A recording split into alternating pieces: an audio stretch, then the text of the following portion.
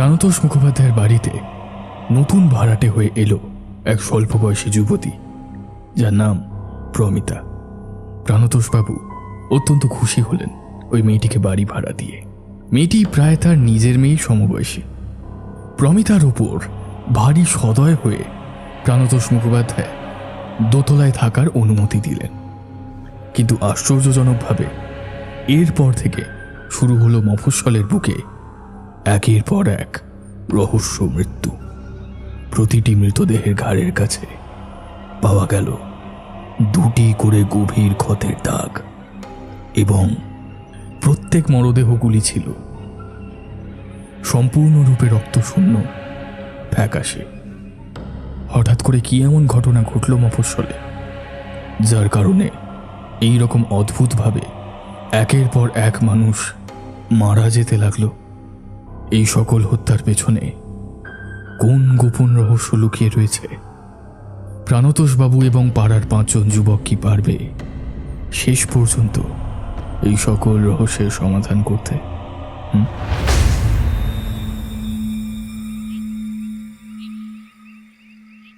ঘরের দাওয়ায় বসে আপন মনে সিগারেটে লম্বা লম্বা টান দিচ্ছেন প্রাণতোষ মুখোপাধ্যায়। দেওয়ালে টাঙানো ঘড়িটার দিকে চোখ যেতেই তিনি দেখলেন সময় এখন সন্ধ্যা প্রায় 8টার কাছাকাছি। ছোট মফস্বল এলাকায় রাত 8টা মানে প্রায় মাঝরাতের সমান। ইতিমধ্যেই দোকানপাট বন্ধ হতে আরম্ভ করেছে এক এক করে। আকাশের দিকে মুখ তুলে তাকাতেই বৃদ্ধের নজরে পড়ল আকাশের বুকে একটাও নক্ষত্র নেই। গোটা আকাশ সম্পূর্ণরূপে মেঘে মেঘে আচ্ছাদিত হয়ে আছে।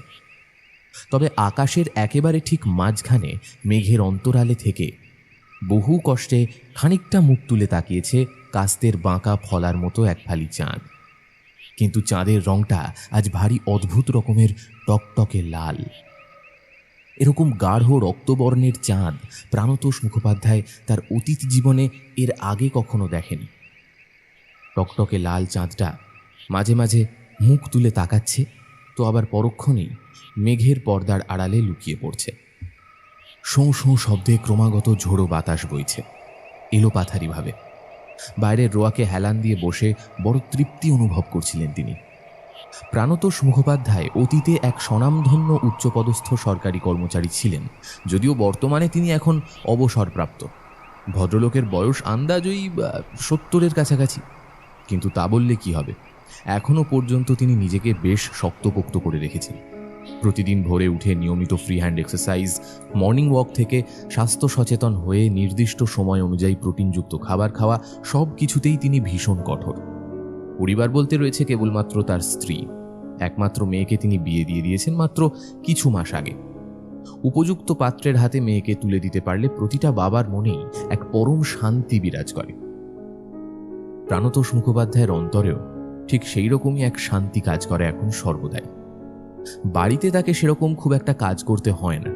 তার গিন্নি অর্থাৎ সতীবালা দেবী একা হাতে সব কিছু সামলে নিতে ভীষণ পারদর্শী। প্রাণতোষ মুখোপাধ্যায়ের সারাটা দিন কাটে বাড়িতে থাকা একটি পোষ্য এবং বাইরের চায়ের দোকানে আড্ডার আসরে। সন্ধ্যার সময় তার বাড়িতে এসে উপস্থিত হয় পাড়ার একদল ছেলে। নানা বিষয় নিয়ে গল্প গুজব হাসি ঠাট্টা চলে বেশ অনেকটা সময় ধরে।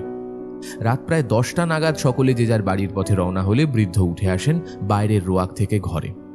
পাড়ার প্রায় জনা 5 ছেলের সাথে তার বড় ভাব। আজ আড্ডার আসরে কেউ আসতে পারবে না দেখে তিনি বেশ খানিকটা বিরক্তির সাথে সিগারেটের ফিল্টারটা দূরে ছুঁড়ে ফেলে দিয়ে মুখ বেজার করে বলে উঠলেন, আজকে সন্ধ্যার সময়টা একেবারেই যেন কাটতে চাইছে না, কিন্তু কি আর করা যাবে, আজকে তো আর কেউ আসবে না। ওরা সকলেই বন্ধুর বিয়ে না কি যেন একটা অনুষ্ঠানে গেছে। আমি তবে আর একা একা বাইরে বসে থেকে কি করব? যাই, বরং ঘরেই চলে যাই, খানিকটা সময় চিকুর সাথে কাটাই, মনটা ভালো লাগবে।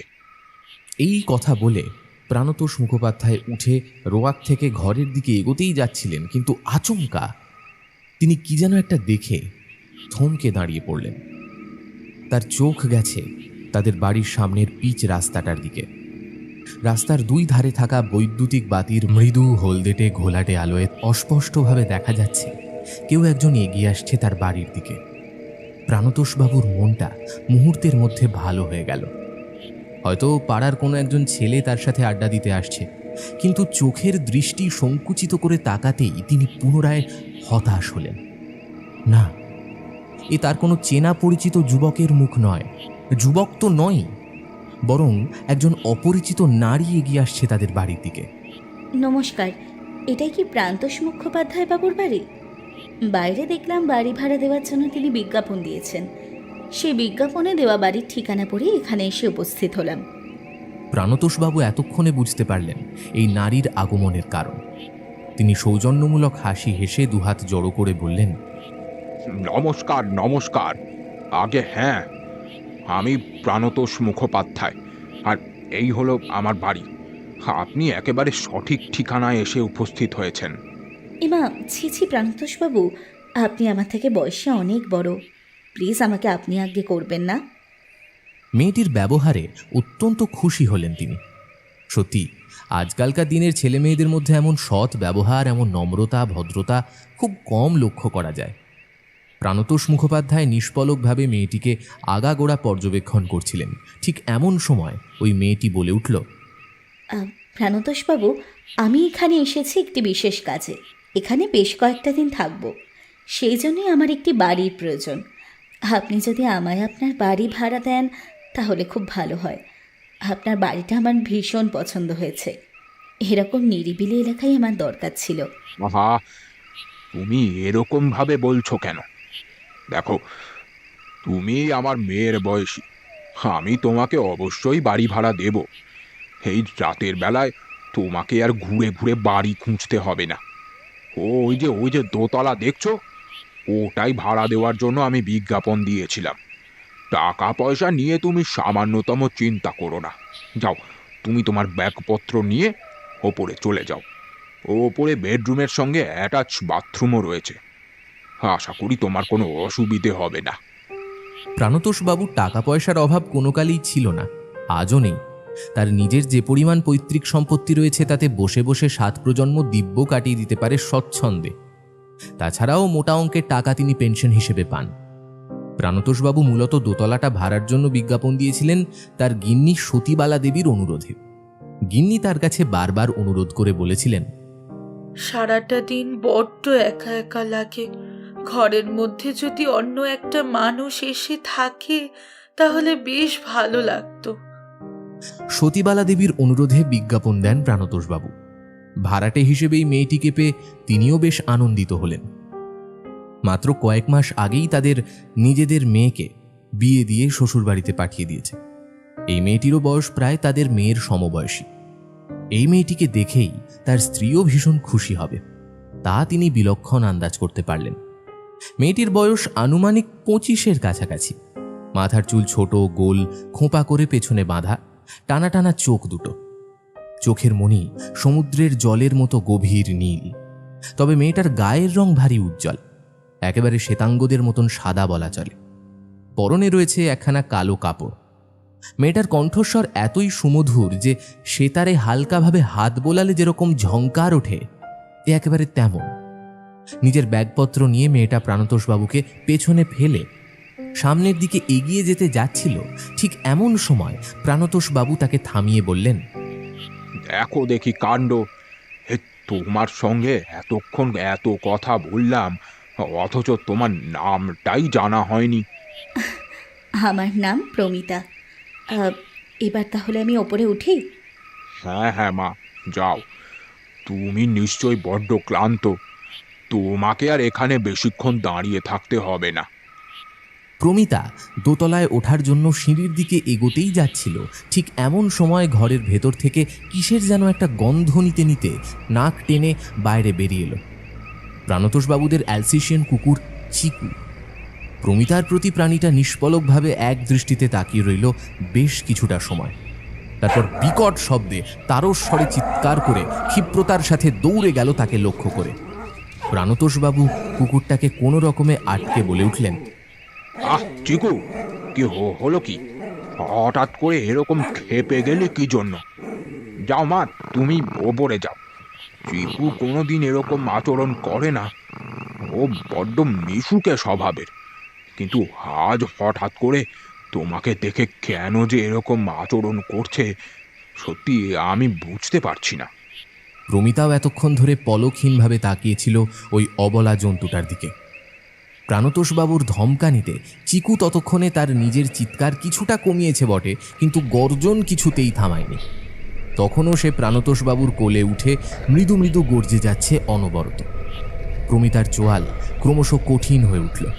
তার ঠোঁটের কোণে ফুটল এক তীক্ষ্ণ বাঁকা হাসির রেখা। মৃদু হেসে মেয়েটা বলে উঠল, আপনি কোনো চিন্তা করবেন না কাকাবাবু, দেখবেন সব ঠিক হয়ে যাবে। মৃদু স্বরে কথাটা বলেই প্রমিতা সিঁড়ি বেয়ে শটান উঠে চলে গেল দোতলায়। তখনও পর্যন্ত অ্যালসেশিয়ান কুকুরটা ঘেউ ঘেউ করে চিৎকার করেই চলেছে। প্রাণতোষবাবু তাকে টানতে টানতে নিয়ে প্রবেশ করলেন ঘরের ভেতর। রাতে চটজলদি খাওয়া সেরে তিনি নিজের বেডরুমে এসে শুয়ে পড়লেন। সতীবালা দেবী প্রাণতোষবাবুর মুখ থেকে নতুন ভাড়াটিয়া প্রমিতার কথা শুনলেন বটে, তবে রাত অনেকটা হয়ে যাওয়ার কারণে তার সাথে পরিচয় করলেন না। সিদ্ধান্ত নিলেন কাল সকালে তিনি প্রমিতার সাথে কথা বলবেন।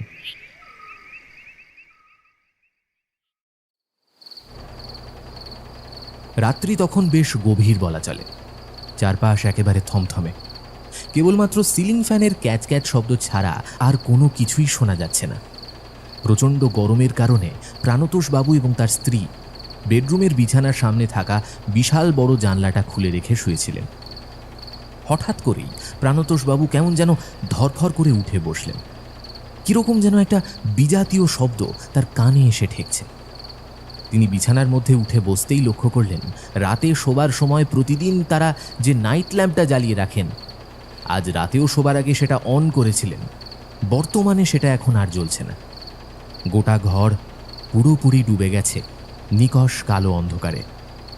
না, লোডশেডিং হয়নি।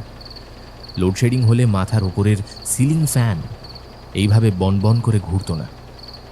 তাহলে কি লাইটটার কোনো সমস্যা হলো? তাই হবে হয়তো। এই ভেবে অত্যন্ত সাবধানে তিনি ধীরে ধীরে বিছানা থেকে নামতে যাচ্ছিলেন, ঠিক এমন সময় সতীবালা দেবী জড়ানো গলায় বলে উঠলেন, কি হলো গো, এত রাতে ঘুম থেকে উঠলে কেন? বাথরুমে যাচ্ছ নাকি? না গো গিন্নি, বাথরুমে যাব বলে উঠিনি। হঠাৎ করে কি যেন একটা অদ্ভুত শব্দ শুনলাম বলে মনে হলো। সেই শব্দটা শুনেই তো ঘুমটা ভেঙে গেল। তুমি শোও, আমি একবার বাইরেটা থেকে ঘুরে আসি। অদ্ভুত শব্দ? এত রাতে আবার কিসের শব্দ শুনবে তুমি? আরে ওসব তোমার মনের ভুল। কিন্তু ঘরটা এমন অন্ধকার হয়ে রয়েছে কেন? এটাই তো বুঝতে পারছি না গো। কারেন্ট রয়েছে, আমার মনে হয় নাইট ল্যাম্পটা নষ্ট হয়ে গেছে। তুমি বিছানা থেকে নেমো না, আমি বরং একবার বাইরেটা থেকে চট করে ঘুরে আসি। না হলে কিছুতেই আমার ঘুম হবে না। তাছাড়া একবার বাথরুমেও যাব। অন্ধকার ঘরের মধ্যে হাতড়ে হাতড়ে প্রাণতোষবাবু এসে উপস্থিত হলেন সুইচ বোর্ডের কাছাকাছি। তারপর ঘটাঘট শব্দে বেশ কয়েকটা সুইচ অন করতেই বাইরের আলোটা জ্বলে উঠল। এতক্ষণ ধরে আলকাতরার মতন কালো কুৎসিত অন্ধকারের সাগরে যেন সমগ্র জায়গাটা ডুবেছিল। এবার সেই অন্ধকারাচ্ছন্ন মহাসমুদ্রের মাঝে হঠাৎ বুঝি জ্বলে উঠল এক টুকরো আলো। জায়গাটা মফস্বল হলেও প্রাণতোষবাবুদের বাড়িটা একেবারে লোকালয় থেকে বাইরে। তাদের বাড়ির সামনের কয়েক একর জমি সম্পূর্ণরূপে ফাঁকা। তারপরে আবার দু একটা করে বাড়ি বিক্ষিপ্তভাবে মাথা তুলে দাঁড়িয়ে আছে। ঘরের ভেতর যে পরিমাণ গরম রয়েছে, বাইরে সেই সমপরিমাণ উষ্ণতা নেই। একটা ঠান্ডা শিরশিরে বাতাস কেমন যেন পাক খাচ্ছে। আকাশের দিকে মুখ তুলে তাকিয়ে প্রাণতোষবাবু দেখলেন সারা আকাশ পুরোপুরি ঢেকে গেছে ঘন মেঘের আচ্ছাদনে।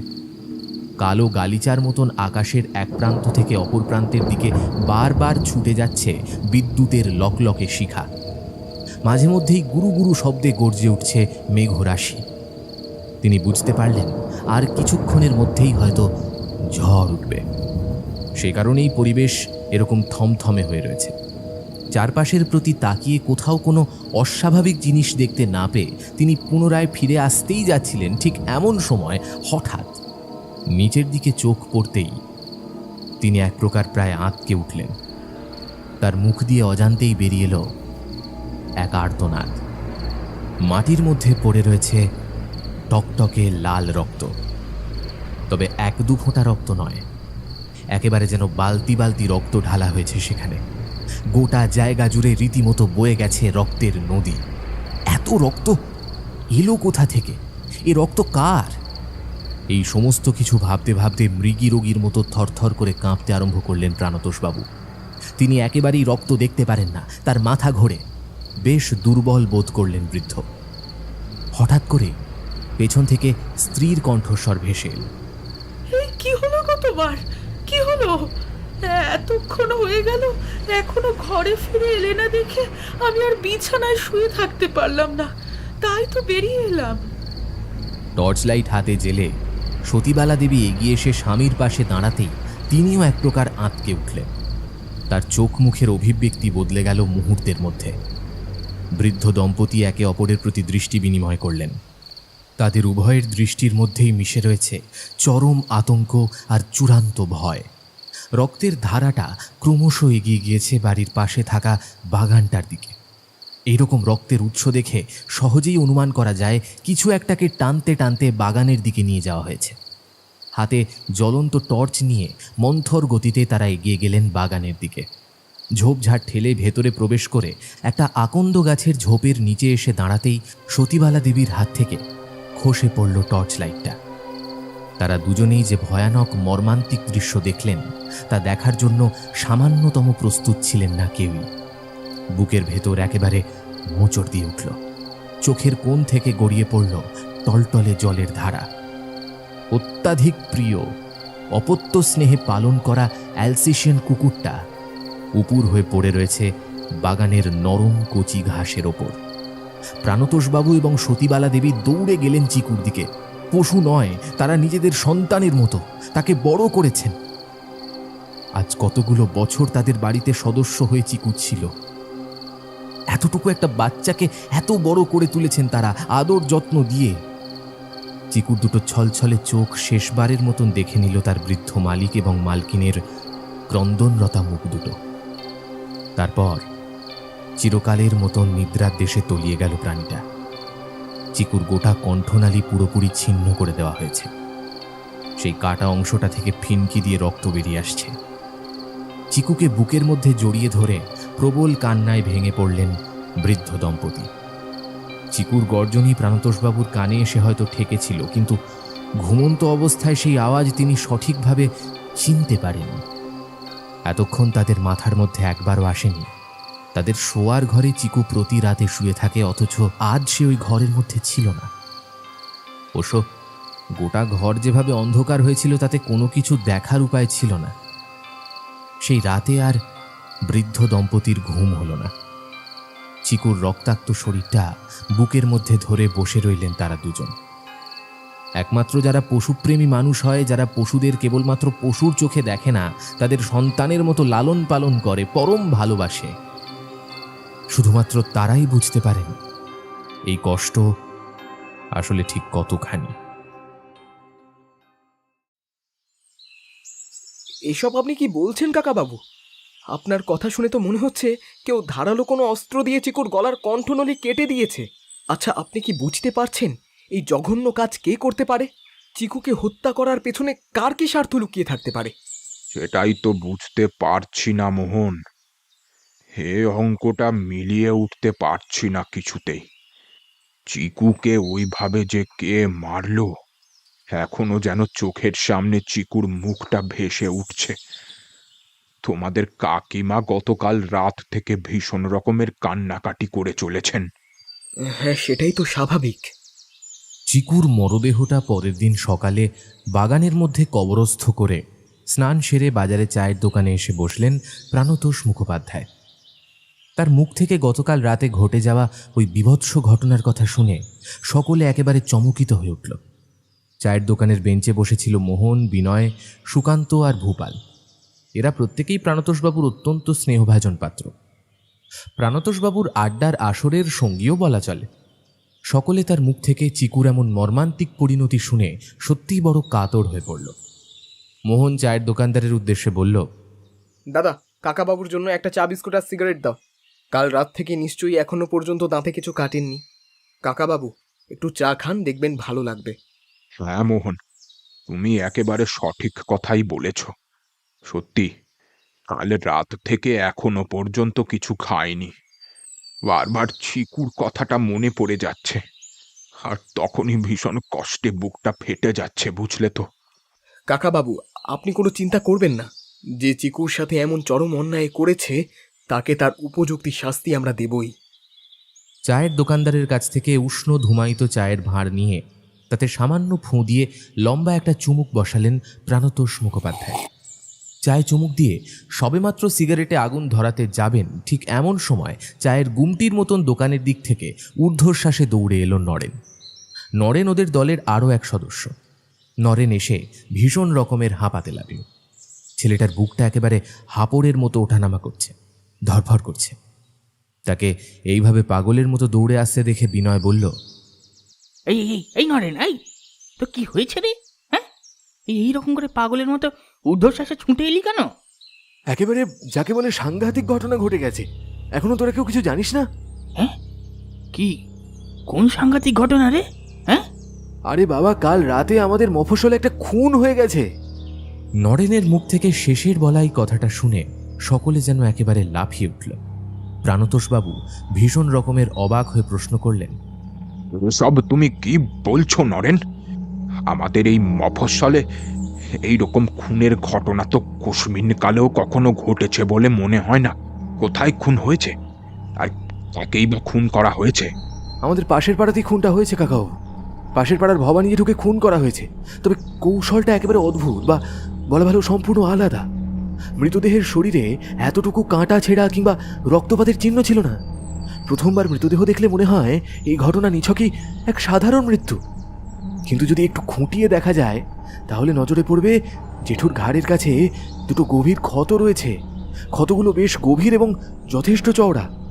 ওই ক্ষত দুটোর মধ্যে থেকেই নাকি ভবানী জেঠুর দেহের সমস্ত রক্ত টেনে বের করে নিয়েছে কেউ।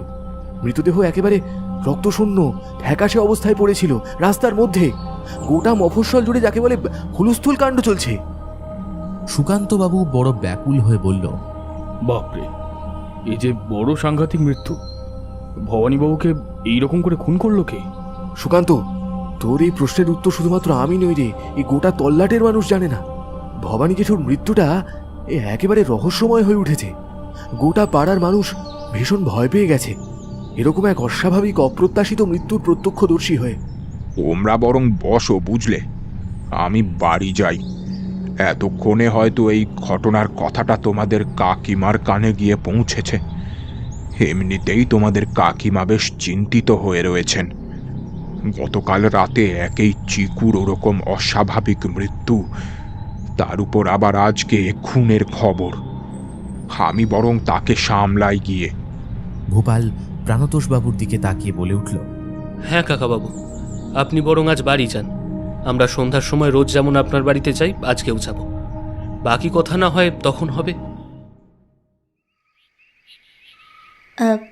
কাকাবাবু, সত্যি আপনাদের বাড়ির ওই পোষ্যটি, কী যেন নাম ছিল?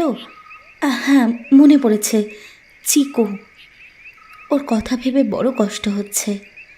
কাল অবধি প্রাণীটা কেমন জলজ্যান্ত ছটফটে ছিল, আমাকে দেখে কি ভীষণ রকমের তেড়ে এসেছিল। অথচ দেখুন, আজ 24 ঘন্টা যেতে না যেতেই মাটির তলায় সে কেমন আজীবনের মতো ঘুমিয়ে পড়ল। আহারে, প্রাণীটার কথা ভেবে বড্ড কষ্ট হয়। তার উপর আবার শুনলাম ওই সামনের পাড়ায় নাকি কোন এক ব্যক্তি গতকাল খুন হয়েছেন। এসব কী যে ঘটছে তা বুঝতে পারছি না। তবে আপনার একটু সাবধানে থাকবেন, আর হুটহাট করে রাতের বেলা বাইরে বেরিয়ে পড়বেন না। সন্ধ্যার সময় প্রাণতোষবাবু বাইরের আরাম কেদারায় বসেছিলেন। হঠাৎ করে পেছন থেকে কথাগুলো বলে উঠল প্রমিতা। প্রাণতোষবাবু প্রমিতার দিকে ঘাড় ঘুরিয়ে তাকাতেই দেখলেন মেয়েটা আগের রাতের মতোই একটা কালো রঙের শাড়ি পরে রয়েছে, তবে আজ তার মাথার চুল খোলা। হালকা বাতাসে কিছু চুল এলোমেলোভাবে উড়ে বেড়াচ্ছে মুখের চারপাশে। চোখের মণি দুটো গাঢ় নীল। রাস্তার ধারে জ্বলতে থাকা হলদেটে বৈদ্যুতিক বাতির আলোর ছটা এসে ঠিকরে পড়েছে প্রমিতার মুখমণ্ডলে।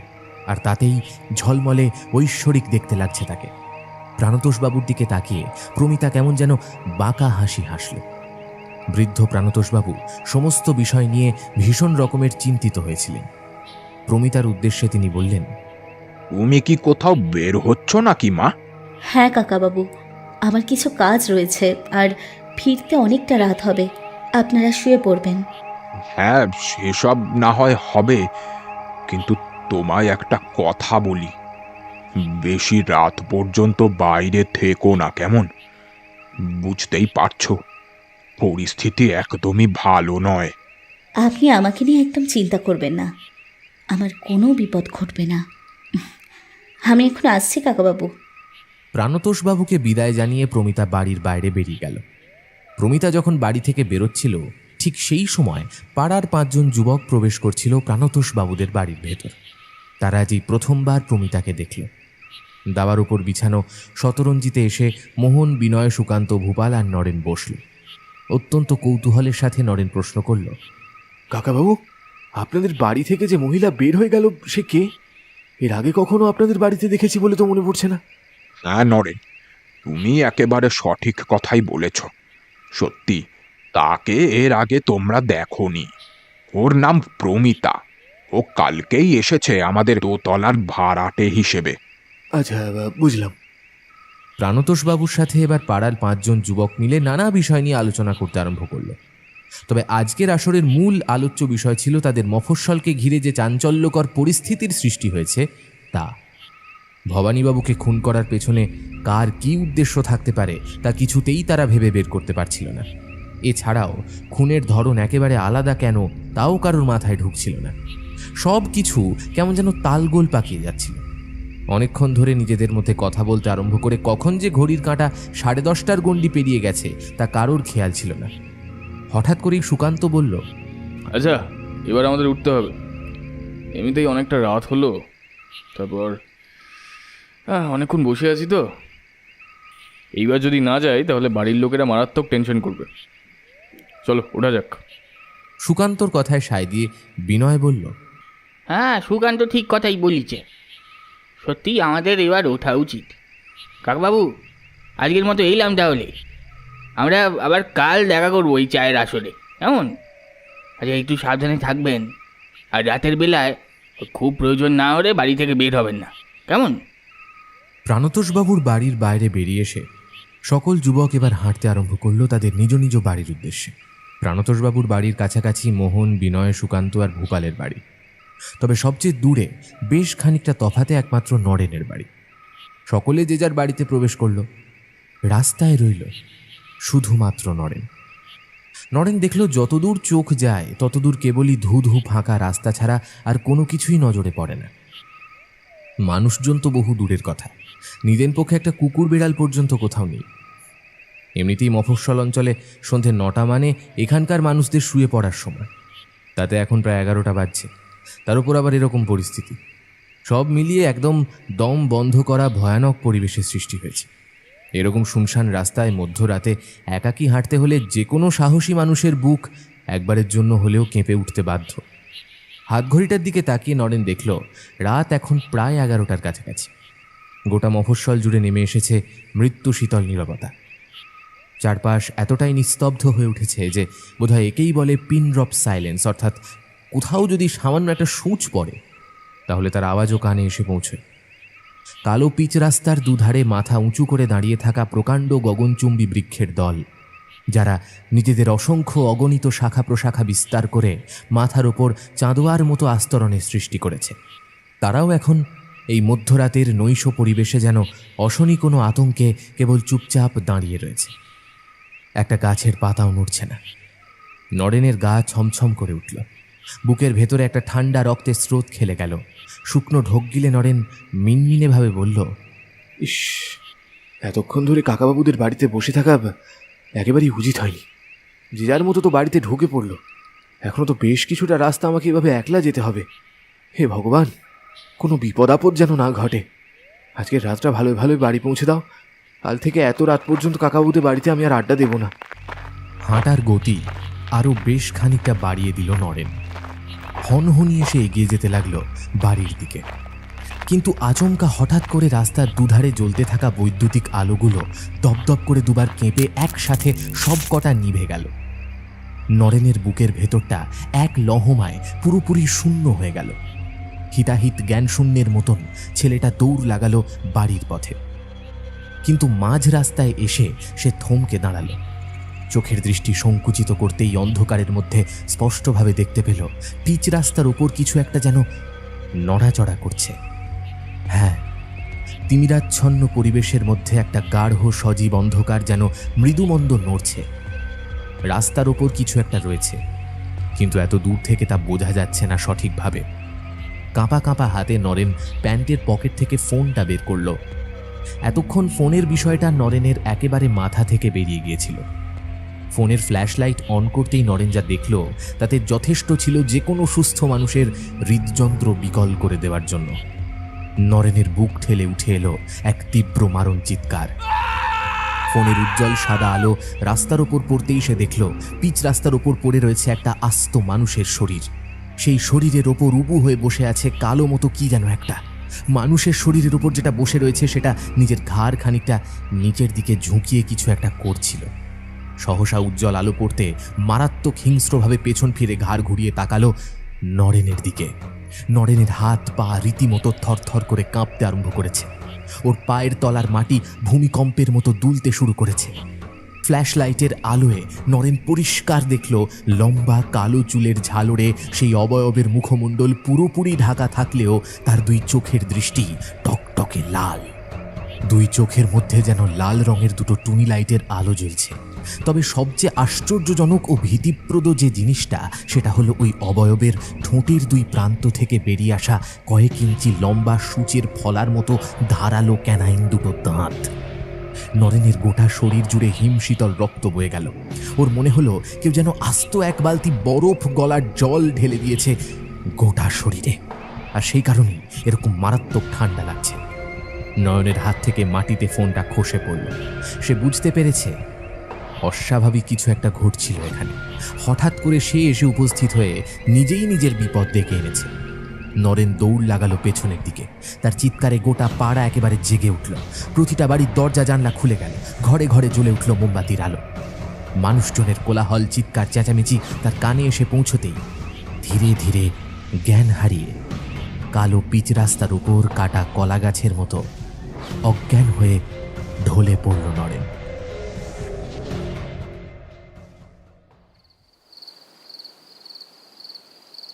নরেন, এই নরেন, তুই কি শুনতে পাচ্ছিস আমাদের কথা? মোহন চোখে মুখে ঠান্ডা জলের ছিটে দিতে ধীরে ধীরে জ্ঞান ফিরে এলো নরেনের। চোখের পাতা খুলে তাকাতেই সে দেখল তার চারজন বন্ধু এবং প্রাণতোষবাবু ঝুঁকে পড়েছে তার উপর। তারা ছাড়াও পাড়ার আরও অন্যান্য অনেক মানুষ সেখানে উপস্থিত হয়েছে। প্রত্যেকের মুখ সম্পূর্ণভাবে ভাবলেশীন ও চিন্তিত।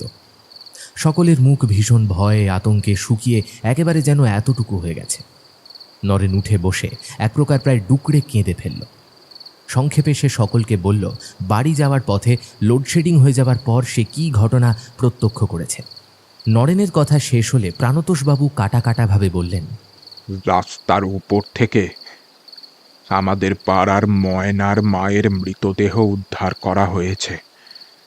এ মরদেহ সম্পূর্ণরূপে রক্তশূন্য এবং ভবানী বাবুর মতোই ঘাড়ের কাছে দুটি গভীর ক্ষত চিহ্ন মিলেছে। প্রাণতোষবাবুর মুখ থেকে ময়নার মায়ের মৃত্যু সংবাদ শুনে দুহাত দিয়ে মুখ ঢেকে অসহায়ের মতো কাঁদল নরেন। পারলাম না, আমি কিচ্ছুটি করতে পারলাম না।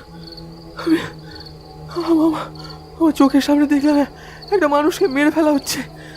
উফ, কি ভয়ঙ্কর, কি ভয়ানক, সাংঘাতিক, যন্ত্রণাদায়ক মৃত্যু। তবে ওটা আসলে কি ছিল? ময়নার মায়ের মৃতদেহের ওপর যে উবু হয়ে বসেছিল সে আর যেই হোক না কেন কখনোই কোনো হিংস্র পশু হতে পারে না। আমি পরিষ্কার দেখেছি সে একজন মানুষ, এবং আমি যদি খুব ভুল করে না থাকি তাহলে সে একজন মেয়ে মানুষ ছিল। এই নরেন, তুই কি বলছিস এইসব? তুই ঠিক দেখেছিস? হ্যাঁ, আমি একেবারে সঠিক দেখেছি। আমার দেখায় কোনো ভুল হয়নি।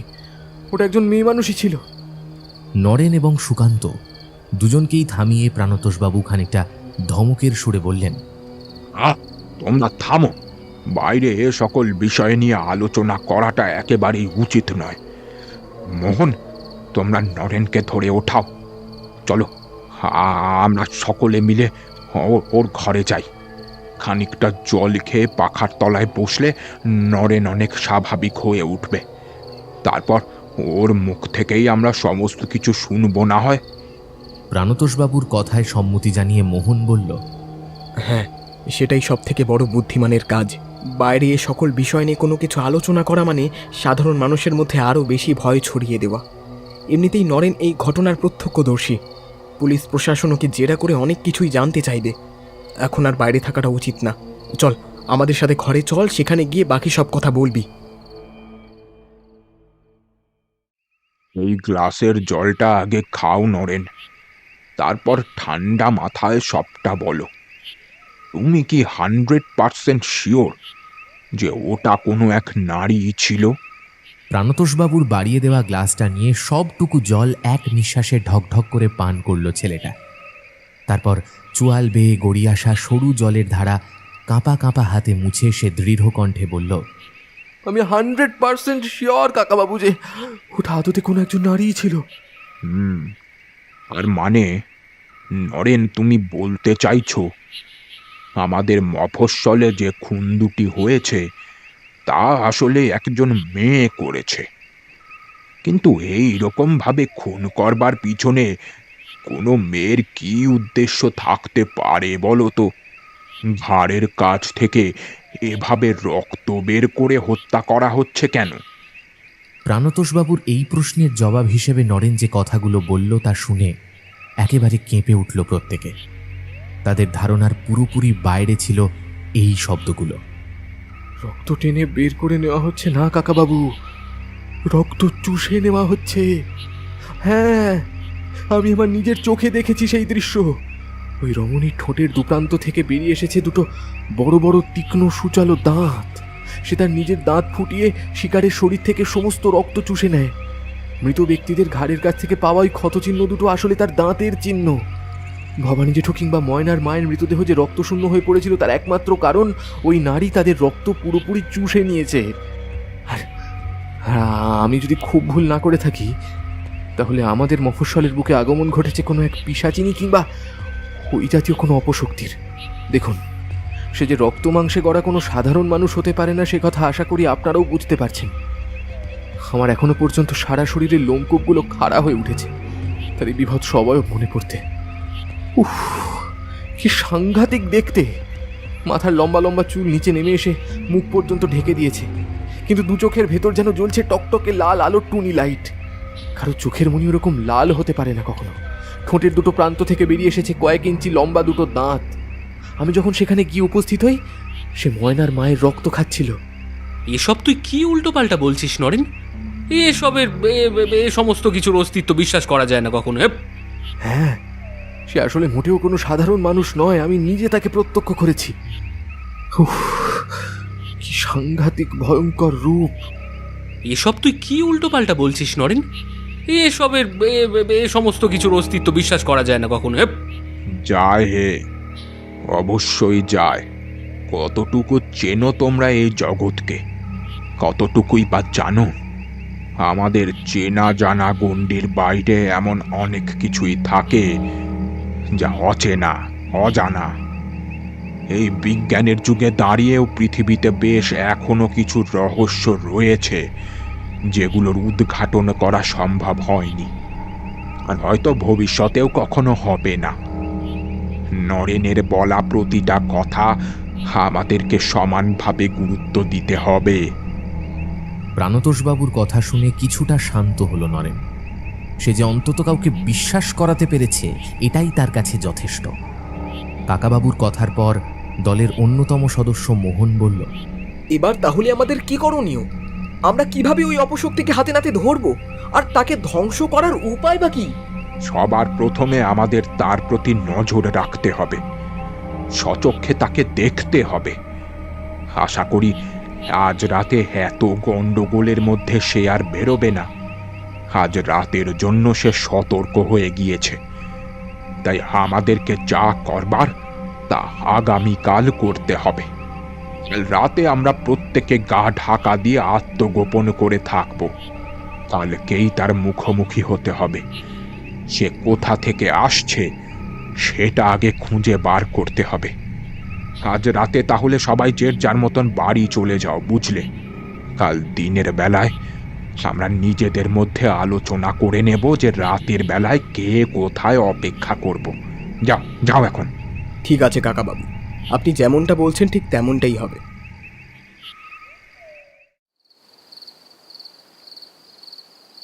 প্রাণতোষবাবুর কথায় সায় দিয়ে তার নির্দেশ মেনে নরেনকে সাবধানে থাকতে বলে সকলেই এবার বেরিয়ে এলো তাদের বাড়ি থেকে। প্রাণতোষবাবুর মাথায় কেবলই ঘুরপাক খাচ্ছিল নরেনের বলা কথাগুলো। বাড়িতে এসে সদর দরজা পেরোতেই তার নাকে কেমন যেন একটা বিশ্রী আষ্টে জাতীয় গন্ধ ঠেকল। প্রাণতোষবাবুর নাসারন্ধ্র হয়ে সেই গন্ধ দেহের অভ্যন্তরে প্রবেশ করতেই তার সর্বাঙ্গ একেবারে শিরশির করে উঠল। এই গন্ধ তিনি বিলক্ষণ চেনেন। এ আসলে রক্তের গন্ধ, কিন্তু রক্তের গন্ধ তার বাড়ির চৌহদ্দির মধ্যে এলো কোথা থেকে? গতকাল রাত থেকে যে সমস্ত ঘটনা একের পর এক ঘটে চলেছে তাতে বুকের মধ্যে জমে থাকা ভয়টা ডানা মেলে নিজের অস্তিত্ব বিস্তার করল পুনরায়। ওখানে আর দাঁড়িয়ে না থেকে হনহন করে তিনি ঢুকে এলেন সোজা বাড়ির ভেতর। কিন্তু দোতলার সিঁড়ির সামনে এসে দাঁড়াতেই তার চোখ আটকে গেল। রক্তের ফোঁটা, হ্যাঁ, বেশ কয়েকটা রক্তের ফোঁটা কয়েকটা সিঁড়ির ধাপ অন্তর অন্তর পড়তে পড়তে সোজা উঠে গেছে উপরের দিকে। এমন মাঝরাতে এই রক্তের ফোঁটা এলো কোথা থেকে তা তিনি বুঝতে পারলেন না কিছুতেই। দ্রুততার সাথে নিজের ঘরের মধ্যে প্রবেশ করলেন অবশেষে।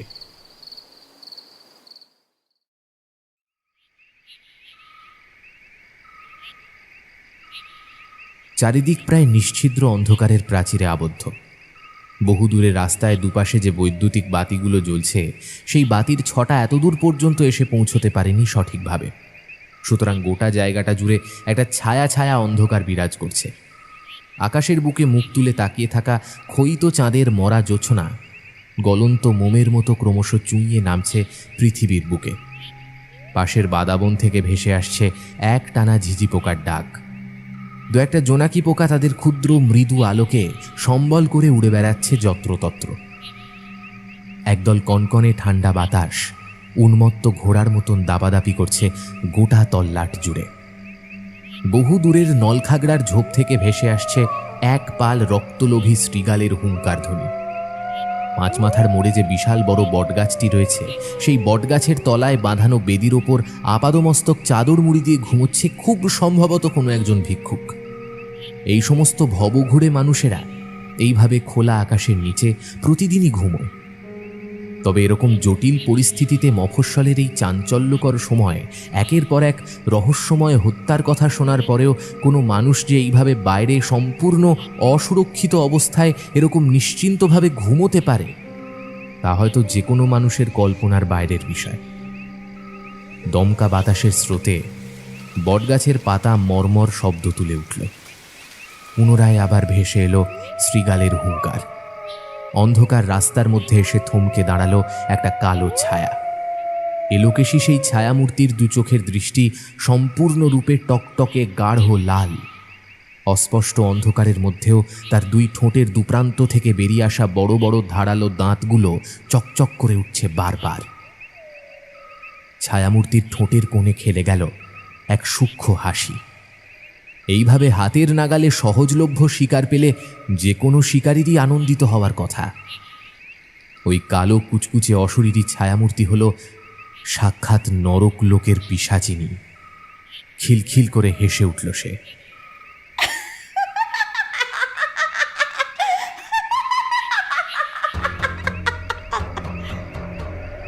হাসতে হাসতে ক্রমশ এগিয়ে গেল নিরীহ দুর্বল শিকারের দিকে। বটগাছের তলায় শুয়ে থাকা ভিক্ষুকের একেবারে কাছে এসে ঝাঁপিয়ে পড়তেই যাবে, কিন্তু তার আগেই এক ঝটকায় গায়ের চাদর টেনে সরিয়ে শটান উঠে দাঁড়ালো মোহন। বটগাছের গুঁড়ির আড়ালে লুকিয়ে রাখা প্রকাণ্ড লাঠিখানা বের করে সে সোজা আঘাত করল ছায়ামূর্তির মাথা লক্ষ্য করে। এরকম অপ্রত্যাশিত আক্রমণের জন্য একেবারেই প্রস্তুত ছিল না সেই ছায়ামূর্তি। মোহন লাঠি দিয়ে আঘাত এনে চিৎকার করে বলল, সর্বনাশিনী, কি ভেবেছিস এভাবে তুই একের পর এক নিরীহ নিরপরাধ মানুষের রক্ত চুষে খাবি? আজ তোকে তোর কুতকর্মের উচিত শিক্ষা দিয়ে তবেই ক্ষান্ত হব। সেই ছায়ামূর্তি তথা পিশাচিনী একেবারে লাফিয়ে উঠল। তীব্র মারাত্মক যন্ত্রণায় কোকিয়ে উঠল সে। কোনো ভিক্ষুক নয়, পাড়ার ছেলে মোহন সম্পূর্ণ ইচ্ছাকৃতভাবে এমন আপাদমস্তক চাদর মুড়ি দিয়ে ঘুমের ভান করে এখানে এই বটগাছের তলায় অপেক্ষা করছিল আদতে এই পিশাচিনীর জন্য। অশুভ সেই ছায়ামূর্তি একবারের জন্য বুঝতে পারেনি যে এভাবে তাকে হাতে নাতে ধরার জন্য একটা ফাঁদ পাতা হয়েছে। মোহন হাতের লাঠি শক্ত করে বাগিয়ে ধরে আবার আঘাত করতেই যাচ্ছিল, কিন্তু তার আগে চকিতে সেই ছায়ামূর্তি দৌড় লাগালো। এতক্ষণ ধরে বটগাছের আশেপাশের বিভিন্ন অন্তরালে লুকিয়ে থাকা প্রাণতোষবাবু, বিনয়, সুকান্ত, ভূপাল আর নরেন তারা প্রত্যেকে বেরিয়ে এলো। সকলে মিলে আজ এই মধ্যরাতে উপস্থিত ছিল নিজেদের পরিকল্পনা মতন ওই অশুভ শক্তি সম্পন্ন নারীকে হাতে নাতে ধরার জন্য। কিন্তু সেই অশুভ নারী হাতের নাগালে এসেও এইভাবে যে হাত ফসকে পালিয়ে যাবে এত সহজে, তা তারা ভাবতে পারেনি। সুকান্ত প্রত্যেকের উদ্দেশ্যে বলল, এই চলো চলো চলো, এক্ষুনি ওর পিছু নিতে হবে। ও আসলে কোথায় গিয়ে উঠছে তা জানাটা আমাদের জন্য খুব জরুরি।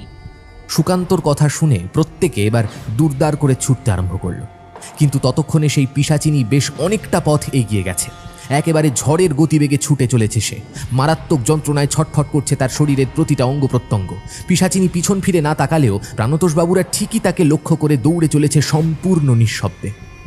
অন্ধকারে ডুবে থাকা গোটা পাড়ার অলিগলি পার করে ওই রহস্যময়ী অতিলৌকিক নারী প্রাণতোষবাবুর বাড়ির পেছনের দিকে এসে থমকে দাঁড়ালো। বিষাক্ত গোখ্র সাপ যেমন ছোবল দেওয়ার আগে ফসফস করে, ঠিক সেই রকমই এক গর্জন করে চলেছে সে অনবরত। প্রাণতোষবাবু এবং ওই 5 জন যুবক ততক্ষণে ছুটতে ছুটতে প্রায় এসে উপস্থিত হয়েছে তার বাড়ির পেছনে। তারা বিস্ময় ভরা চোখে দেখল ওই রহস্যময়ী কালো ছায়ামূর্তি একেবারে সরীসৃপ প্রাণীর মতো 4 হাত পায়ে ভর করে দেওয়াল বেয়ে উঠে গেল সোজা দোতলায়, তারপর মিলিয়ে গেল অন্ধকারের মধ্যে। এ কি প্রাণতোষবাবু, এই যে সোজা আপনার বাড়ির দোতলায় উঠে গেল! বাকরুদ্ধ অবস্থায় হতভম্বের মতো নিজের বাড়ির দোতলার দিকে তাকিয়েছিলেন প্রাণতোষবাবু। আচমকা তার সম্বিত ফিরে এলো ভূপালের কথায়। তিনি থমথমে গলায় উত্তর দিলেন, এটাই তো আমিও বুঝতে পারছি না হে, ও আমার বাড়ির দোতলায় উঠল কেন? আচ্ছা কাকাবাবু, আপনি আপনার বাড়ির দোতলাটা কাকে যেন ভাড়া দিয়েছিলেন না? হ্যাঁ, আমি একজন স্বল্পবয়সী মেয়েকে আমার বাড়ির দোতলাটা ভাড়া দিয়েছি। ওর নাম প্রমিতা। প্রমিতা প্রমিতা? হ্যাঁ, সেদিন সন্ধ্যার সময় আপনার বাড়িতে যাবার সময় ওই মেয়েটির সাথে আমাদের দেখা হয়েছিল বটে। আচ্ছা কাকাবাবু, একটা জিনিস লক্ষ্য করে দেখেছেন? ওই মেয়েটি আপনার বাড়িতে ভাড়াটে হয়ে আসার পর থেকেই আমাদের মফস্বলে কিন্তু এই সমস্ত ঘটনা ঘটতে শুরু করেছে।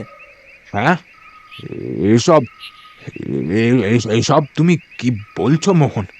তুমি কি কোনোভাবে প্রমিতাকে সন্দেহ করছো নাকি?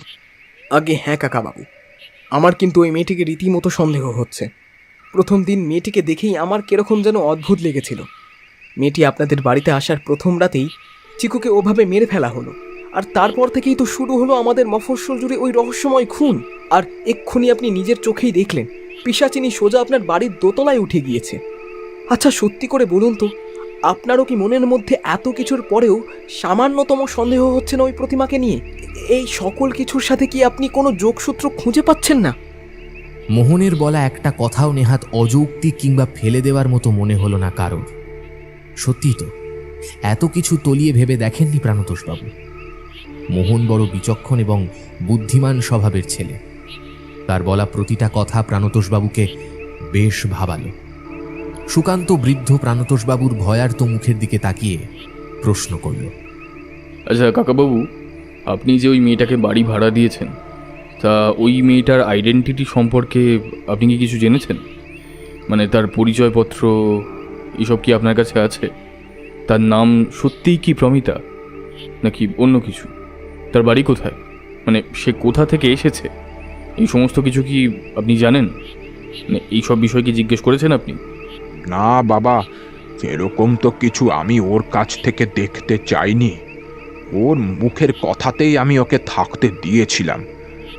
আসলে মেয়েটাকে আমার প্রথম দেখাতেই বড্ড ভালো লেগেছিল।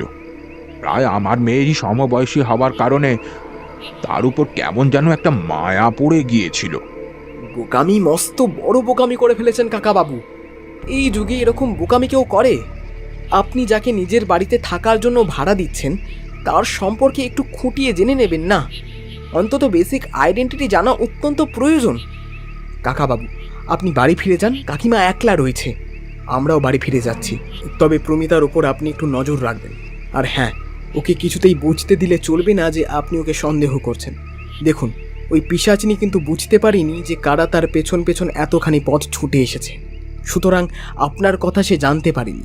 আপনি স্বাভাবিকভাবে তার মুখোমুখি হবেন, লক্ষ্য করবেন তার মধ্যে অসঙ্গতিপূর্ণ কোনো কিছু ঘটছে কিনা। কাল সকালে চায়ের দোকানে আমাদের দেখা হবে, তখনই আমরা আপনার কাছ থেকে জানবো বাকিটা। মোহনের কথা শুনে বৃদ্ধ প্রাণতোষ মুখোপাধ্যায় এবার ঢুকে এলেন তার নিজের বাড়ির ভেতর। 5 জন যুবক যে যার মতন হাঁটতে আরম্ভ করল নিজ নিজ বাড়ির উদ্দেশ্যে। শেষ রাতের অন্ধকারে প্রমিতা দরজা খুলে বাইরে বের হতেই দেখল দোতলার বারান্দায় একাধিক বেতের চেয়ারের ওপর গা এলিয়ে বসে রয়েছেন বাড়ির মালিক বৃদ্ধ প্রাণতোষবাবু। সারা রাত্রি মেয়েটা দু চোখের পাতা এক করতে পারেনি। তীব্র যন্ত্রণায় ছটফট করেছে কেবল। তার মুখের মধ্যে সেই যন্ত্রণার ছাপ স্পষ্টভাবে লেগে রয়েছে। রাতের বেলায় ঘুমের ঘোরে বিছানা থেকে পড়ে মাথার বেশ কিছুটা অংশ কেটে গিয়েছে, খানিকটা রক্তও বেরিয়েছে। সেই জন্যই এভাবে ব্যান্ডেজ করে নিয়েছি। প্রাণতোষবাবুর মুখমণ্ডলে একটা অদ্ভুত হাসি খেলে গেল। প্রমিতা যে তাকে একেবারে মিথ্যে কথা বলছে তা তিনি বিলক্ষণ উপলব্ধি করতে পারলেন বটে, কিন্তু চোখ মুখের মধ্যে আবেগের মতোই সেই অটল বিশ্বাসের ভাব বজায় রেখে প্রমিতার দিকে তাকিয়ে কাতর কণ্ঠে বললেন, এ কি, ব্যান্ডেজ দেখে তো মনে হচ্ছে বেশ অনেকটাই কেটে গিয়েছে। তুমি তো একটিবার আমাদেরকে ডাকতে পারতে। আমি কি একজন ডাক্তারের ব্যবস্থা করব? কতখানি কেটে গিয়েছে বলো দেখি, অনেকটা রক্তও বেরিয়ে গেছে। তো তুমি বরং বিশ্রাম নাও, আমি একজন ডাক্তার ডেকে আনছি। আপনি দয়া করে আমাকে নিয়ে এত ব্যস্ত হয়ে পড়বেন না। আমি এখন আগের থেকে অনেকখানি সুস্থ রয়েছি। সামান্য কিছুটা কেটেছে, খুব একটা বেশি গভীরভাবে কাটেনি। ভালোভাবে ব্যান্ডেজ করে দিয়েছি, তাই যথেষ্ট। আপনি দয়া করে আমাকে নিয়ে এত চিন্তা করবেন না। আপনি যান, নিচের তলায় যান, আমি একটু বিশ্রাম নিই। তুমি ঠিক বলছো তো মা? ডাক্তার ডাকবার প্রয়োজন নেই তো? আচ্ছা বেশ, ঠিক আছে, তুমি তাহলে বিশ্রাম নাও, আমি বরং নিচে নেমে যাচ্ছি। এই কথা বলে প্রাণতোষবাবু নিচে নেমে আসার জন্য সিঁড়ির দিকে এগোতেই শুনতে পেলেন দরাম শব্দে ঘরের দরজা বন্ধ করে দিল প্রমিতা। প্রাণতোষবাবুর মনের মধ্যে সীমাহীন কৌতূহল যেন রক্তের সাথে টকবক করে ফুটতে আরম্ভ করল। তিনি অপেক্ষা করতে লাগলেন সকাল হওয়ার, কারণ সকাল হলেই তিনি চায়ের দোকানে গিয়ে সকলকে বলবেন এই ঘটনার কথা।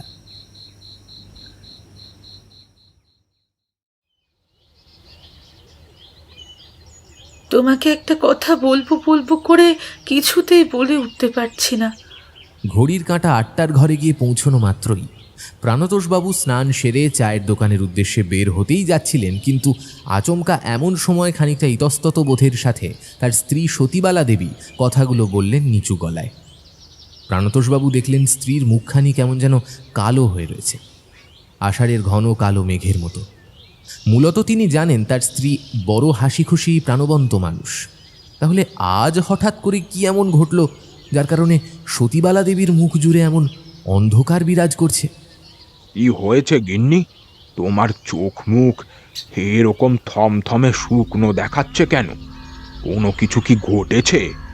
তুমি নিঃসংকোচে আমায় বলতে পারো। হ্যাঁ গো, তোমাকে একটা কথা বলার ছিল। আমাদের দোতলায় যে ভাড়াটি মেয়েটা এসেছে তার ভাব আমার একেবারে ভালো ঠেকছে না।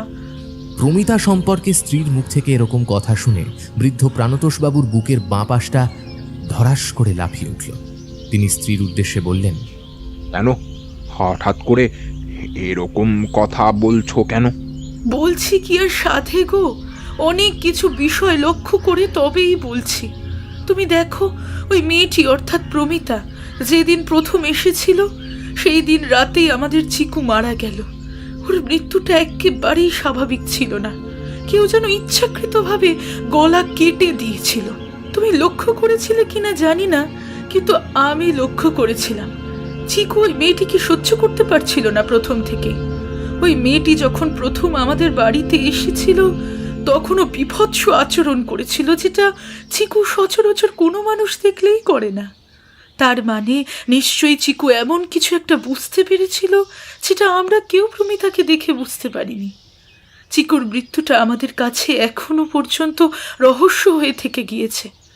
দ্বিতীয়ত, প্রমিতাকে আমরা কেউ কখনো দিনের বেলায় আজ অবধি দেখিনি। মেয়েটা সারা দিন দুতলার ওই ঘরের মধ্যে কি করে বলো দেখি? কোনো কাজে যায় না, এমনকি খাওয়া দাওয়া করতে পর্যন্ত নিচে নামে না। অথচ সেই মেয়েটা রাতের বেলায় বের হয়। প্রায় বলা চলে সারা রাত সে বাড়ির বাইরে থাকে কাজে, যেখানে গোটা মফস্বলের মানুষ দিনের বেলাতেও ভয় ভয় থাকছে। সন্ধ্যার পর কেউ আর বাড়ির বাইরে বের হচ্ছে না, সেখানে কিনা এই মেয়েটা আশ্চর্যজনকভাবে পুরোপুরি নির্ভয়ে সারা রাত বাড়ির বাইরে থাকছে। আচ্ছা, বিষয়টা কি সত্যিই সন্দেহজনক নয়? সকলে অত্যন্ত ভয় ভয় থাকছে। তাহলে এই মেয়েটি কিভাবে এত মৃত্যুর ঘটনা শোনার পরেও রাতের বেলা বাইরে থাকে তা বলতে পারো আমায়? তাহলে ধরে নিতে হয় যে এই মেয়েটির বিপদের ভয় নেই, তাই জন্যই সে এভাবে ঘুরে বেড়াতে পারছে। তৃতীয়ত, আমি কয়েকদিন ধরে বেশ লক্ষ্য করছি দোতলার ঘর থেকে কেমন যেন কিচ কিচ শব্দ আসে দিনের বেলা। আমি জানি না শব্দটা আসলে কিসের, তবে শব্দটা খুব সামান্য হলেও বেশ বিরক্তিকর। সতীবালা দেবীর মুখ থেকে এই সব কথা শুনে প্রাণতোষবাবুর মনের মধ্যে যে আশঙ্কা ক্রমশ দানা পাকিয়ে উঠেছিল তা আরও জোরালো হলো। সত্যি, তার মতন করে প্রাণতোষবাবু এভাবে বিষয়গুলোকে খুঁটিয়ে দেখেননি। স্ত্রী ভীষণ রকমের ভয় পেয়ে যাবেন বলে তিনি একথা বললেন না যে কাল রাতে কি ঘটেছে। ওই বিভৎস কালো ছায়ামূর্তিটা তাদের বাড়ির পেছনে সরীসৃপ প্রাণীর মতো দেওয়াল বেয়ে সোজা দোতলায় উঠে মিশে গেছে আঁধারে, সে সকল কথা তিনি পুরোপুরি গোপন করলেন। চায়ের দোকানে এসে সতীবালা দেবীর সমস্ত সন্দেহ এবং প্রমিতার মাথার ওই ব্যান্ডেজ নিয়ে সবটা তিনি খোলসা করে বললেন। সবকিছু শুনে 5 জন যুবকের চোখ মুখ জুড়ে প্রস্ফুটিত হল উজ্জ্বল আলো। মোহন দলপতির মতো বীর দর্পে বলে উঠল, আমি আপনাকে বলেছিলাম না কাকাবাবু যে আপনাদের ভাড়াটিয়া প্রমিতা নামের ওই মেয়েটি বেশ সন্দেহজনক। আমি শতভাগ নিশ্চিত যে ও কোনো সাধারণ মানুষ নয়, সাধারণ মানুষ হতেই পারে না। সে আসলে এক চরম অপশক্তি। নরেন ভয় মিশ্রিত কণ্ঠে বিস্ফারিত নয়নে বন্ধুদের দিকে তাকিয়ে বলল, কাকাবাবু, আপনি বলেছিলেন না যে কাকিমা আপনাকে বলেছে ওই মেয়েটি দিনের বেলায় ঘরের বাইরে বের হয় না? সে যতবার বের হয় সন্ধ্যার অন্ধকার নামার পর। কাকাবাবু, আমার মনে হচ্ছে এই ঘটনার পেছনেও এক রহস্য লুকিয়ে রয়েছে। আমাদের এক্ষুনি একবার আপনার বাড়িতে যেতে হবে। আপনার বাড়িতে গিয়ে দোতলায় উঠে দেখতে হবে সত্যি ওই ঘরের মধ্যে প্রমিতা নামের মেয়েটি এখন রয়েছে কিনা। আরও বড় কোনো বিপদ ঘটে যাবার আগে আমাদের এই সমস্যার সমাধান করতেই হবে। তা না হলে প্রতি রাতে একাধিক মানুষের প্রাণ যাবে ওই সর্বনাশিনীর কোড়াল গ্রাসে। মোহন, তুমি একেবারে সঠিক কথাই বলেছ। চলো, এক্ষুনি তোমরা চলো আমার সাথে আমার বাড়ি। আজের একটা হেস্তনেস্ত করেই ছাড়ব। প্রাণতোষবাবু এবং পাড়ার 5 জন যুবক দোতলায় উঠে সেই ঘরের একটা আধখোলা জানলার ফাঁক দিয়ে তাকালেন ভেতর দিকে। ঘরটা পুরোপুরি অন্ধকার হয়ে রয়েছে। ঘরের মধ্যে বাইরের এতটুকু আলো প্রবেশ করেনি। ঘরের প্রতিটা জানলা দরজা এমনভাবে বন্ধ করা রয়েছে যে বাইরের সূর্যালোকের এতটুকু আলো ঘরে প্রবেশ করতে সক্ষম হয়নি। যেন ঘরের ভেতর বসবাসকারী মানুষটি সম্পূর্ণ ইচ্ছাকৃতভাবে এরকম করে ঘর অন্ধকার করে রেখেছে, যেন সূর্যের আলো ঘরে প্রবেশ করায় তার চরম আপত্তি আছে। সুকান্ত বলল, টর্চ একটা টর্চ লাইট আনতে হবে। টর্চের আলো ফেলে দেখতে হবে ঘরের ভেতরে কি রহস্য লুকিয়ে আছে এই অন্ধকারের মধ্যে। ভূপাল দুর্দার করে নেমে গেল সিঁড়ি ভেঙে নিচে। নিচের তলা থেকে ফের দ্রুততার সাথে টর্চ নিয়ে এলো। টর্চ লাইটের সাদা উজ্জ্বল গোলাকার আলোর বৃত্ত সোজা গিয়ে প্রবেশ করলো ঘরের ভেতর। ঘরের ভেতর থেকে একটা বিশ্রী আষ্টে বদখত গন্ধ এসে ওদের প্রত্যেকের নাকে জোরালোভাবে ধাক্কা মারল। গোটা ঘরে টর্চের আলো ফেলেও কাউকে দেখা গেল না, অথচ ঘরের দরজা ভেতর থেকে বন্ধ। তার মানে এই ঘরের ভেতরেই প্রমিতার থাকার কথা, অথচ সে নেই। প্রত্যেকের মুখে একাধিক চিন্তার ঢেউ খেলে গেল। এই কি করে সম্ভব? তারা কিছুতেই বুঝতে পারছিল না। ঠিক এমন সময় টর্চ লাইটের আলোটা গিয়ে পড়ল উপরের দিকে, আর উপরে আলো পড়া মাত্রই তারা যা দেখল তাতে তাদের বুক পুরোপুরি শুকিয়ে গেল এক লহমায়। ঘরের ঠিক মাঝখানে কড়িবর্গার কাঠের মধ্যে থেকে উল্টো হয়ে ঝুলে রয়েছে একটা বেশ বড় মাপের চামচিকি। এত বড় চামচিকি ওরা এর আগে কেউ কখনো দেখেনি। প্রাণতোষবাবুর চোয়াল ক্রমশ কঠিন থেকে কঠিনতর হয়ে উঠল। চোখের দৃষ্টি সংকুচিত করে তিনি নিখুঁতভাবে পর্যবেক্ষণ করলেন সেই চামচিকিকে। কড়িবর্গার কাঠ থেকে উল্টো হয়ে ঝুলে থাকা ঘুমন্ত চামচিকির মধ্যে টর্চ লাইটের সাদা আলো গিয়ে পড়তে বেশ অস্বস্তি হলো তার। তীর করে কয়েকবার কেঁপে কেঁপে উঠল সে। প্রাণীটার মুখের দুপাশ থেকে বেরিয়ে এসেছে দুটো অস্বাভাবিক বড় আকারের দাঁত। তার আধবোঝা চোখ দুটো দেখলে বোঝা যায় সেই চোখ দুটো সম্পূর্ণ টকটকে লাল, একেবারে করমচা ফলের মতন গাঢ় লাল। তবে চামচিকির মাথার দিকে তাকাতেই সকলে একেবারে আঁতকে উঠল। তাদের প্রত্যেকের মেরুদণ্ড বেয়ে সরসর করে বয়ে গেল একটা হিমেল রক্তের স্রোত। মনে হলো মাথার ওপরের আকাশ বুঝি ভেঙে পড়েছে, কারণ তারা প্রত্যেকে দেখল চামচিকির মাথায় একটা গভীর ক্ষত রয়েছে, ঠিক যেরকম ক্ষত কাল রাতে মোহন ওই ছায়ামূর্তির মাথায় করে দিয়েছিল, ঠিক যেরকম ক্ষত আজ শেষ রাতের অন্ধকারে প্রাণতোষবাবু প্রমিতার কপালে দেখেছিলেন, হুবহু সেই একই রকমের একটা দগদগে লাল কাটা অংশ রয়েছে চামচিকিটার মাথায়। মোহনের মুখ থেকে সহজাতভাবে বেরিয়ে এলো কেবলমাত্র একটাই শব্দ, ভ্যাম্পায়ার। এসব তুমি কি বলছো মোহন? ভ্যাম্পায়ার? সে তো পাশ্চাত্যের কাহিনীতে বর্ণিত এক অতিলৌকিক সত্তা। ভ্যাম্পায়ার এখানে আমাদের মাঝখানে আসবে কি করে? বাস্তবে কি ভ্যাম্পায়ার বলে আদৌ কিছু হয়? হয় কাকা বাবু, সেই প্রমাণ তো আপনার চোখের সামনেই রয়েছে। কেবলমাত্র পাশ্চাত্য নয়, আমাদের দেশেরও বিভিন্ন সাহিত্যিক কালের পর কাল ধরে নানান রচনা লিখে গিয়েছে তাদের নিয়ে। সেদিন আপনিই তো বললেন আমাদের পৃথিবীতে নাকি এখনো পর্যন্ত এমন অনেক রহস্য রয়েছে যাদের সমাধান করা কখনো কারোর পক্ষে সম্ভব নয়। ধরে নিন এটিও সেই রকম একটি রহস্য। এই ভ্যাম্পায়ার কোথা থেকে এলো তা আমি জানি না, কিন্তু এটুকু বেশ বুঝতে পারছি যে প্রমিতা নামের এই মেয়েটি আদৌ কোনো মানুষ নয়। সে আসলে একজন ড্রাকুলা বা ভ্যাম্পায়ার।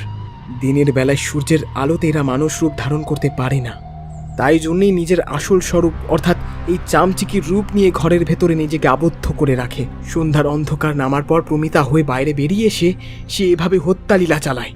কি বলছো মোহন? এ তো বড় সাংঘাতিক বিষয়। হ্যাঁ কাকা বাবু, সাংঘাতিক বলে সাংঘাতিক। তবে সবকিছু যখন আমাদের কাছে পরিষ্কার হয়ে গিয়েছে, তবে আমাদের এই অশুভ শক্তির বিনাশ ঘটাতেই হবে। তা না হলে আমাদের মফস্বল পুরোপুরি ধ্বংস হয়ে যাবে। প্রতিটা রাত হয়ে উঠবে সাক্ষাৎ বিভীষিকাময়। একাধিক নিরীহ নিরাপদ মানুষের প্রাণ যাবে রক্ত পিপাসা মেটানোর জন্য। কিন্তু মোহন, এই অশুভ শক্তিকে আমরা ধ্বংস করব কি উপায়? প্রাণতোষবাবুর এই প্রশ্ন শুনে সকলে এবার চুপ করে গেল। সত্যি এই প্রশ্নের উত্তর তাদের জানা নেই। তারা কোনো তন্ত্র মন্ত্র কিংবা ওই জাতীয় কিছু জানে না যা দিয়ে অশুভ শক্তিকে ধ্বংস করার চেষ্টা করা যেতে পারে। সকলেই একেবারে ভাবনায় তলিয়ে গেল। কেউ কোনো উপায় বের করতে পারল না। অবশেষে মোহনের মাথাতেই বিদ্যুৎ তরঙ্গের মতো খেলে গেল একটা কথা। আচ্ছা কাকাবাবু, একটিবার ভেবে দেখেছেন প্রমিতা অর্থাৎ এই ভ্যাম্পায়ারটি কেন দিনের বেলায় এইভাবে সে ঘরের দরজা জানালা বন্ধ করে রেখেছে? কারণ সূর্যালোকের এতটুকু আলোক রশ্মি যেন এ ঘরের ভেতরে প্রবেশ করতে না পারে। সে সন্ধ্যার অন্ধকার নামলেই তবেই প্রমিতার দেহ নিয়ে বাইরে বের হয়। সুতরাং এই ঘটনা থেকে পরিষ্কার বোঝা যায় যে তার সূর্যালোকের আলোয় চরম আপত্তি রয়েছে। কাকাবাবু, আমি যদি খুব ভুল না করি তাহলে সূর্যের আলো, হ্যাঁ সূর্যের আলোই পারবে এই অপশক্তির বিকাশ ঘটাতে। সূর্য দেবতার পবিত্র আলোর রশ্মি দৈব ক্ষমতা সম্পূর্ণ। সূর্যের আলো পড়লেই এই অপশক্তির ধ্বংস অনিবার্য। আহা, তবে আর অযথা বিলম্ব কেন? ভাঙো, এই ঘরের দরজা ভেঙে ফেলো। যেভাবেই হোক ওই চামচিকিকে আমাদের বাইরের সূর্যের আলোর মধ্যে এনে ফেলতেই হবে। প্রাণতোষবাবুর অনুমতি পেয়ে সকল যুবকের দল একেবারে সজোরে ধাক্কা মারতে লাগলো ভেতর থেকে বন্ধ দোতলার সেই ঘরটার দরজা লক্ষ্য করে। মোহন পাশে রাখা একটা মোটা লাঠি ডান হাতে তুলে প্রস্তুত হলো। ঘরের দরজা ভাঙতে হলো না, ভেতর থেকে বন্ধ করা দরজার ছিটকিনি খুলে গেল নিজে থেকে। দরজা খোলার সাথে সাথে সেই তীব্র বিশ্রী গন্ধটা একেবারে যেন ঝাঁপিয়ে পড়ল তাদের ওপর। সকলের আগে ঘরের ভেতর প্রবেশ করে মোহন। লাঠি দিয়ে আঘাত করল চামচিকিকে লক্ষ্য করে। এতক্ষণ ধরে ঘুমন্ত চামচিকি এবার উড়তে আরম্ভ করলো বন বন করে। ফরফর শব্দে ডানা ঝাপটে ঘরের মধ্যে বেশ কয়েকবার পাক খেয়ে সেটা বেরিয়ে গেল বাইরের বারান্দায়। দিব্যলোকের তীব্র আলোর ঝলকানিতে শয়তানটা যেন কিছুই দেখতে পাচ্ছে না। অন্ধের মতো এদিক ওদিক হাতড়ে সে এসে পড়ল সোজা খোলা আকাশের নিচে সূর্যের তীব্র আলোর মধ্যে। আর এর পরেই ঘটল আসল ঘটনা। মোহনের অনুমান একেবারে সঠিক বলে প্রমাণিত হলো। গরম লোহার উপর ঠান্ডা জল পড়লে ঠিক যেরকম চরবর করে ওঠে, ঠিক সেই রকমভাবে লাফিয়ে উঠল তার গোটা শরীর। দোতলার আকাশ থেকে মাটির মধ্যে এসে পড়ল সজোরে। মুখ দিয়ে এক বিভৎস রকমের কিচকিচ শব্দ করতে লাগলো। তারপর ধীরে ধীরে কেমন যেন নেতিয়ে পড়ল। চোখের সামনে নিজে থেকেই তার সমগ্র শরীরে দপ করে আগুন জ্বলে উঠল। প্রাণতোষবাবু বুঝতে পারলেন এই আওয়াজটাই তার স্ত্রী সতীবালা দেবী নিজের ঘর থেকে পেতেন। যে আওয়াজের বিষয় তিনি তাকে বলেছিলেন, যেটা আসলে ছিল এই চামচিকির আওয়াজ। সূর্যের পবিত্র আলোর তেজে ধ্বংস হয়ে গেল অপশক্তি। কেবলমাত্র মাটির বুকে পড়ে রইল কিছুটা ভস্মীভূত ছাই। মোহন হাতের লাঠিখানা ছুঁড়ে ফেলে দিয়ে সকল বন্ধুকে জড়িয়ে আনন্দের হাসি হাসতে লাগল। পেরেছি, পেরেছি, আমরা পেরেছি ওই অপশক্তিকে ধ্বংস করতে। আর আমাদের মফস্বলে কোনো অপমৃত্যু ঘটবে না। সকল রহস্য মৃত্যুর অবসান ঘটল। প্রাণতোষবাবু এবার বুঝতে পারলেন কেন প্রমিতা এত বাড়ি থাকার পরেও কেবলমাত্র তাদের বাড়িতে থাকার জন্য এসেছিল। কারণ সে খুব ভালো করে জানত প্রাণতোষবাবুদের বাড়িটা লোকালয় থেকে বেশ খানিকটা তফাতে, ফাঁকা নির্জন প্রান্তে অবস্থিত। সুতরাং এক্ষেত্রে তার সুবিধে হতো গভীর রাতের আধারে ঘর থেকে খেয়াল খুশি মতো বেরিয়ে যেতে কিংবা যে কোনো সময় ঘরে ঢুকতে। বৃদ্ধ প্রাণতোষবাবুর কাছে চিকুর মৃত্যুর অঙ্কটাও এবার জলের মতো সহজ বলে মনে হলো। মানুষের থেকে কুকুরের ঘ্রাণ শক্তি অনেক বেশি, ইন্দ্রিয় ক্ষমতাও অধিক। সে কারণেই হয়তো চিকু প্রমিতাকে দেখেই ওরকম অদ্ভুত আচরণ করেছিল। তবে প্রমিতারূপী ওই ড্রাকুলা মেয়েটা বুঝতে পেরেছিল যে তার এই বাড়িতে থাকতে হলে সবার প্রথমে ওই চিকুকে সরিয়ে দিতে হবে। সে কারণেই ওইভাবে হত্যা করেছিল নিরীহ কুকুরটাকে। প্রাণতোষ মুখোপাধ্যায় এবং 5 জন যুবক সংগঠন বাহিনী মিলে এভাবেই শেষ করল রাতের নিশীথিনীকে। মফস্বলে আর কোনো রহস্য মৃত্যু ঘটল না। আর কোথাও পড়ে থাকতে দেখা গেল না কোনো প্রাণহীন রক্তশূন্য মরদেহ, যার ঘাড়ের কাছে রয়েছে দুটো গভীর ক্ষতর দাগ।